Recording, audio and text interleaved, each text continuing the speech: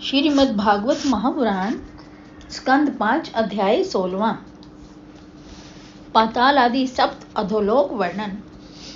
श्री सुखदेव जी कहते हैं, हे राजन, सूर्य के नीचे 10,000 योजन पर राहु है।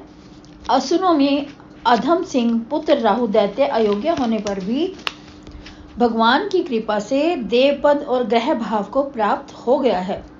सूर्य का यह मंडल 1000 योजन है, चंद्रमा का 12,000 योजन और राहु का यह मंडल 13,000 का है।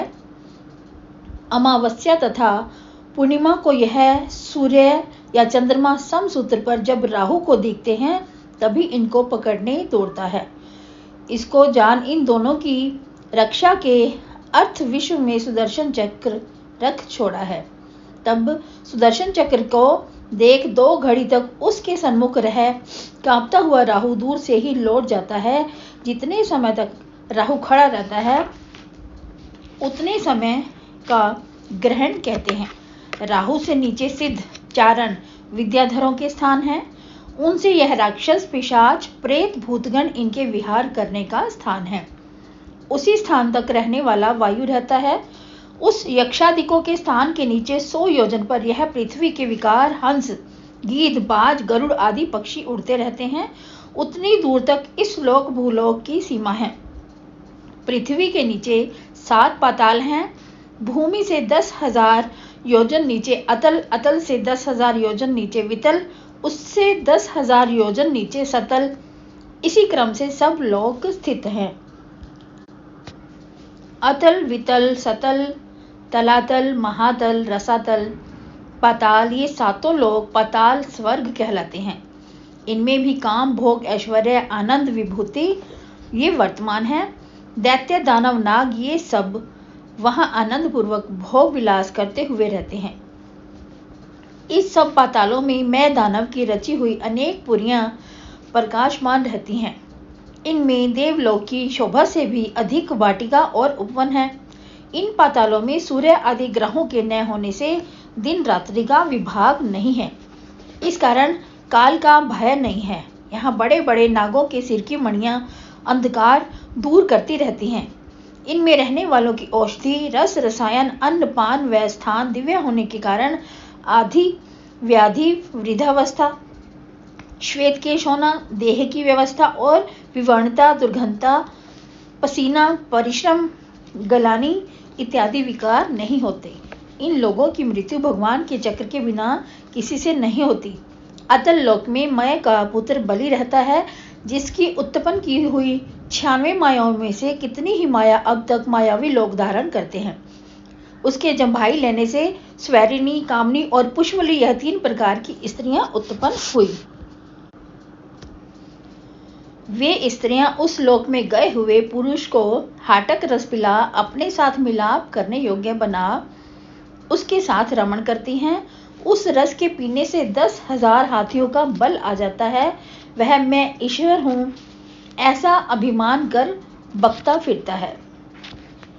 वितल में भूत गणों से मुक्त महादेव जी सृष्टि बनाने को पार्वती सहित मिथुन भाव में विराजमान है। इन शिव पार्वती के वीर्य से बनी हुई हाटकी नाम नदी बहती है। जहां अग्नि उस वीर्य को पीती है, उसके थूकने से हाटक नामक सुवर्ण उत्पन्न होता है। उसी के स्त्री पुरुष आभूषण बनाकर धारण करते हैं। सुतल में विरोचन का पुत्र बलि राज करता है।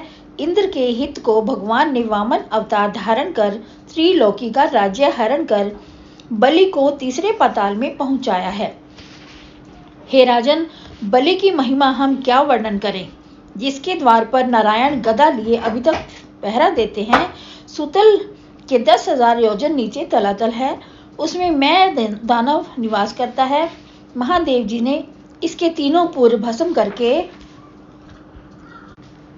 इसको यह स्थान दिया है। मैं महादेव जी से रक्षित होने के कारण सुदर्शन चक्र का भी भय न रख इस लोक में पूजा जाता है।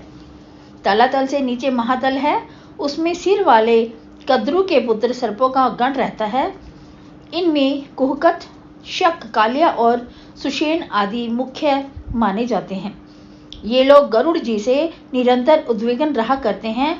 महातल के नीचे रसातल है, उसमें निवात कवच काले हिरण्यपुर के वासी ये 3 यूथ वाले पणि नाम दैत्य दानव रहते हैं। ये देवताओं के शत्रु हैं, परंतु भगवान के चक्र से उनका अभिमान खंडन हो जाने से वे सब बिल में सर्प के समान रहते हैं और इंद्र से भेजी हुई शर्मा नाम कुत्ती की कही हुई वाणी को सुन इंद्र से भय करते रहते हैं।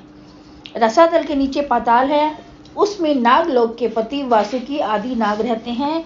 शंख, कलिक, महाशंख, श्वेत, धनंजय, धृतराष्ट्र, शंखचूडन, देवदत्त इत्यादि बड़े भारी शरीर वाले और महान क्रोध वाले नाग हैं। उनके फणों की मणियों यह महाकांति वाली हैं। ये मणियां अपनी ज्योति से उस लोक के अंधकार को नष्ट कर देती हैं।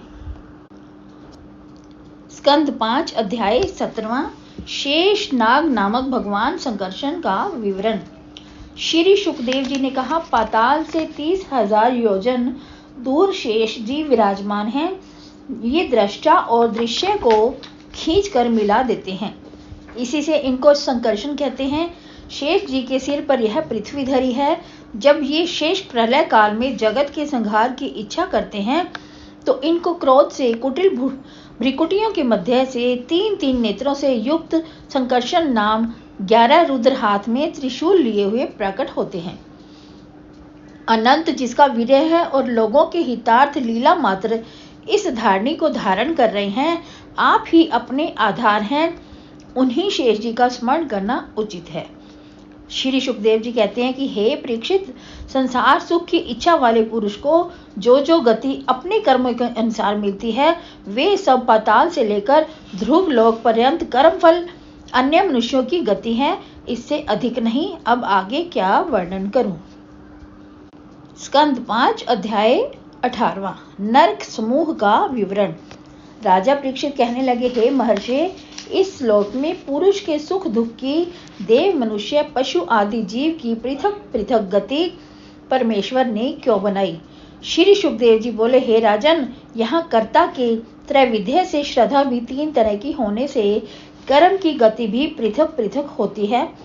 जिसका शास्त्र में निषेध किया है उसी को अधर्म कहते हैं। पापी पुरुषों को नरक गति मिलती है। इनमें से मुख्य मुख्य नरकों का वर्णन करते हैं। राजा परीक्षित ने कहा, हे भगवान, किसको नरक कहते हैं। श्री सुखदेव जी कहने लगे, ये नरक त्रिलोकी के ऊपर दक्षिण दिशा में पृथ्वी के नीचे और जल के ऊपर है, जहाँ पितरों का राजा धर्मराज अपने दूतों द्वारा मृतकों को बुलाकर चित्रगुप्त आदि अपने गणों के साथ उनके दोषों को विचार दंड देता है, सो श्रवण करो।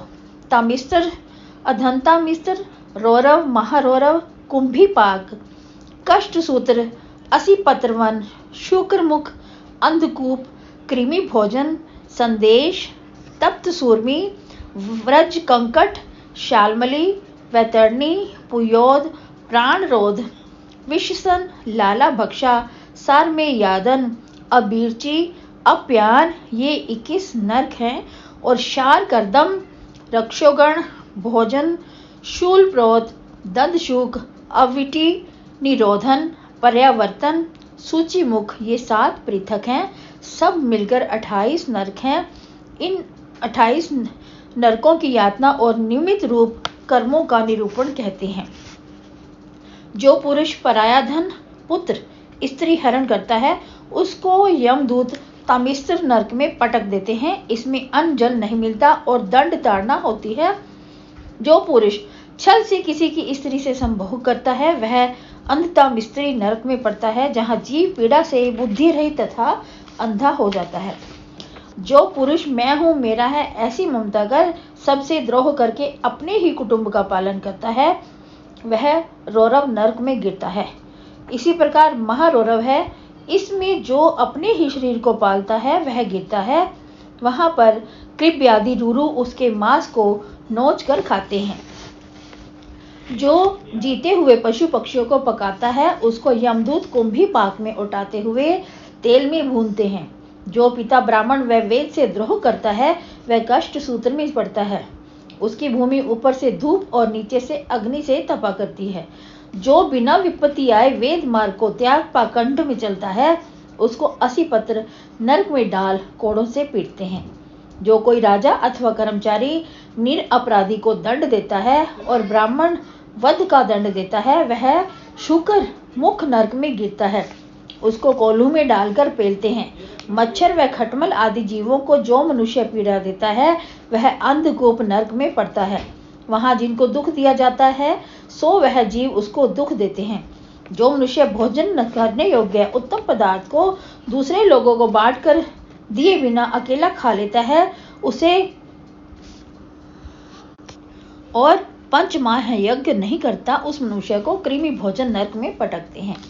यहाँ कीड़े के रूप में हुए इस प्राणी को दूसरे कीड़े खाते हैं। जो मनुष्य चोरी से बलात्कार से सुवर्ण रत्न आदि हरण करता है वह संदेश नरक में गिरता है।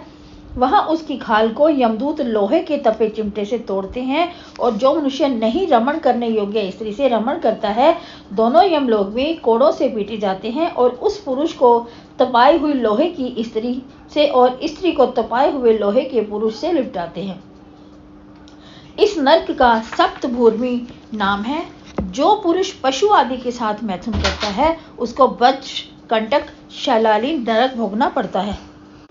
जो राजा या कर्मचारी पाखंडी वन मर्यादा को तोड़ते हैं वे वैतरणी नरक में पड़ते हैं। वह सब नरकों की खाई है जहाँ जल जंतु पापियों को भक्षण करते हैं परंतु उनके प्राण नहीं निकालते। विष्ठा मूत्र राध रक्त केश नख अस्थि मेद मांस चर्बी इनको बहाने वाली उस नदी में पड़े अनेक दुख पाते हैं।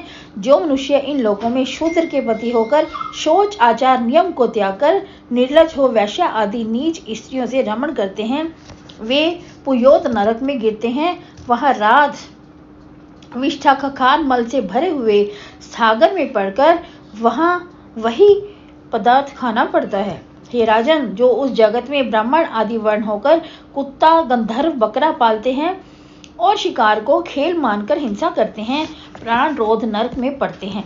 वहां उनको यमदूत बाणों से खींचते हैं। और जो पाखंड से रचे हुए यज्ञों में पशुओं को मारते हैं उनको दूत विषसन नरक में पटक कर नाना प्रकार की पीड़ा दे अंगों को छिन्न भिन्न किया करते हैं। जो काम से मोहित हो अपने गोत्र की स्त्री से मैथुन करता है उसको लाला भक्षण नरक में पटक कर वीर्य की नदी में उसको वीर्य पिलाते हैं। और जो इस संसार में चोरी करते हैं ग्रह में आग लगा देते हैं दूसरों को विष पिला देते हैं राजा अथवा राजसेना ग्राम व मेले को लूट लेते हैं ऐसे मनुष्यों पर 720 कुत्तों को यमदूत छोड़ते हैं। वे कुत्ते आदमी को फाड़कर अस्थियों सहित चबा जाते हैं। जो गवाही देते समय व्यवहार दान में असत्य बोलता है वह अरवीची नरक में पड़ता है। उसको 100 योजन ऊंचे पर्वत से नीचे को सिर करके पटकते हैं जहां पाषाण भूमि जल के समान जान पड़ता है। जो पुरुष अहंकार करता है और श्रेष्ठों को आदर नहीं करता वह शार करदम नरक में नीचे को मुख कर पटका जाता है। वहां तुरंत क्लेश भोगने पड़ते हैं। जो किसी पुरुष को मार होम देते हैं वे रक्षोगण भोजन नरक में पड़ते हैं। पूर्व जन्म में मरे हुए मनुष्यों के आकार वाले राक्षस गण प्राणियों को त्रास दिया करते हैं वे दहशूक नरक में पड़ते हैं। वहां 5 मुख अथवा 7 मुख वाले सर्प उनको मूसे के समान निगल जाते हैं। जो पुरुष गड़े कोठे और गुहादिकों में प्राणियों को बंद कर पीड़ा देते हैं वे अवट निरोधन नरक में जाते हैं। वहां उनको ऐसे ही बंद कर विष सहित धुओं से क्लेश प्राप्त कराते हैं। जो मनुष्य ग्रस्त को अतिथि अभ्यागतों पर क्रोध करता है वह पर्यावर्तन नरक में जाता है। वहां गिद्ध काक बटेर आदि उसके नेत्रों को निकाल लेते हैं। जो अभिमानी धन को मद से देखता है जिसको किसी का विश्वास नहीं होता वह सूची मुख नरक में पड़ता है। इसके अंगों को दूत छेदन कर डोरी में पोहते हैं और कहते हैं कि हे दुष्ट, तूने बहुत सी थैलियां सीम सीम कर रखी थी, ये उसका फल है। इस प्रकार के हजारों नरक धर्मराज की पुरी में हैं। उनमें से कितने एक नारकियों का वृतांत मैंने कह दिया है और अनेकों का नहीं कहा। हे राजन, जो धर्म करने वाले हैं वे स्वर्ग आदि लोकों में जाते हैं और वहां के स्वर्ग नरक में अपने पुण्य पाप फल भोगकर जो कुछ पुण्य पाप शेष रहता है उसे पुनर्जन्म ले पृथ्वी पर फिर से आते हैं। तो भक्तों, यहाँ इस अध्याय के साथ हमारा 5वां स्कंध समाप्त होता है। अब छठे स्कंध में आपसे फिर से मुलाकात होगी। तब तक के लिए राधे राधे, हरे कृष्णा। अपना ध्यान रखिएगा।